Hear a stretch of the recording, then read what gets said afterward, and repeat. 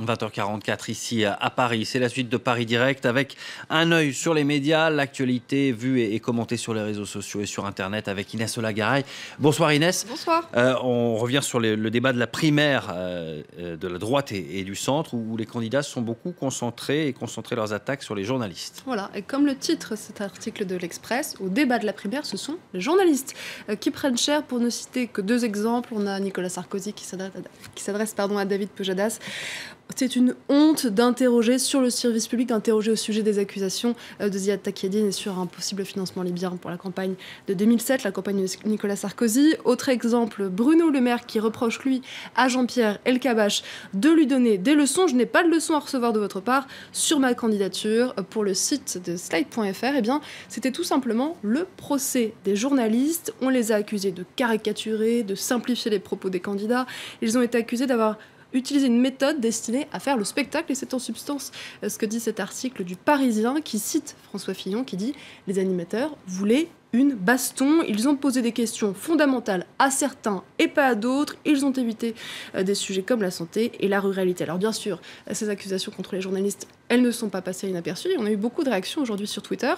Je vais vous en citer quelques-unes. On a Alex Sulzer de l'Express qui dit « Ce soir, les candidats ne s'en prennent pas à Sarkozy, à Juppé ou à Fillon, mais à Pujadas ». On a ensuite Mathieu Desprick, lui, de Canal+, qui dit « La ligne de François Fillon est claire, elle est anti-média ». Et puis, on a Frédéric Seiz, lui, de France Culture, qui dit « Est-ce l'effet post-Trump ? Ce soir, ceux qui en prennent le plus dans la tronche, ce sont les journalistes ».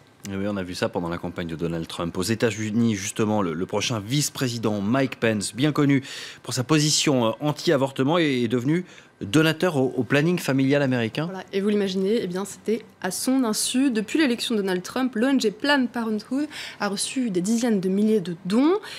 Mike Pence, eh bien, on le sait, lui, il est pour criminaliser l'avortement. C'est l'une des batailles qu'il mène depuis des années. Alors, eh bien, ceux qui, eux, sont pour le droit à l'avortement ont trouvé comme moyen eh bien, de faire des dons au planning familial au nom de Mike Pence. Et ça a pris des proportions assez considérables, puisque, comme nous l'explique cet article de New York Magazine, eh bien, sur 200 000 dons qui ont eu lieu depuis l'élection de Donald Trump, on en a 46 000 au nom de Mike Pence, donc c'est pas rien. Les internautes ont partagé largement sur les réseaux sociaux l'adresse du bureau de Mike Pence, qui leur a permis donc de remplir les formulaires de façon tout à fait correcte. On en voit un ici. Attendez, on va zoomer un petit peu. Si c'est possible, on voit qu'on peut avoir le nom, l'adresse, le statut. Toutes les informations nécessaires sur Mike Pence sont remplies et donc, par définition, bien comme pour tous les dons, eh bien, il a reçu des petits mots de remerciement à son bureau pour le remercier de ses donations et donc ça se chiffre par dizaines de milliers.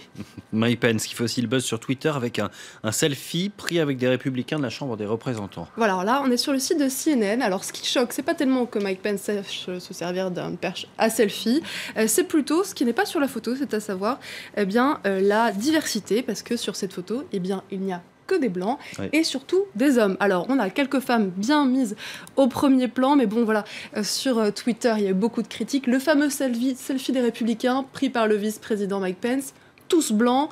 Un autre tweet ici qui dit voilà, oh, quelle diversité, attention, il y a une femme, et oh, attention, une cinquantaine d'hommes. Et puis ce dernier tweet qui est lui plutôt un détournement où finalement tous les républicains ont la tête de Mike Pence. Allez, on reste aux États-Unis avec une jolie anecdote à l'approche de Thanksgiving. Voilà, alors ça commence par une grand-mère qui pense envoyer un texto à son petit-fils en lui disant j'espère que tu viendras pour Thanksgiving avec ton frère, ta sœur.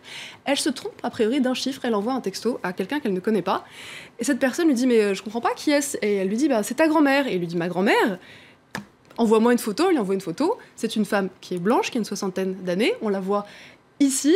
Et lui, eh bien, comme on l'a vu sur l'article précédent, voilà, c'est Jamal, il a 17 ans, il est noir, et il dit « Mais non, en fait, tu es pas ma grand-mère, regarde voilà à quoi je ressemble. » Elle lui dit « C'est pas grave, t'es quand même invité pour Thanksgiving. » Finalement, l'échange les a amusés tous les deux. Et lui, il a été assez touché eh bien, de la proposition de cette femme, et il a publié leur échange sur les réseaux sociaux. Manque de bol, il a oublié de cacher le numéro, on voit tout en haut là, de l'échange de textos. Du coup, il y a 600 personnes qui ont envoyé un texto à cette femme qui vit dans l'Arizona en disant « Est-ce que nous aussi, on invité pour dîner à Thanksgiving ?» Elle a dû changer de numéro, la pauvre, mais elle n'est pas rancunière puisqu'elle a quand même invité Jamal à Thanksgiving et ils se sont même rencontrés cette semaine, voilà, histoire de créer des liens avant cette fête familiale. Bon, et puis au moins, elle n'a pas eu à préparer un repas pour 600 personnes. Merci beaucoup. Non, beaucoup. c'est déjà pas mal, hein, une petite famille. Merci Inès Olagaray.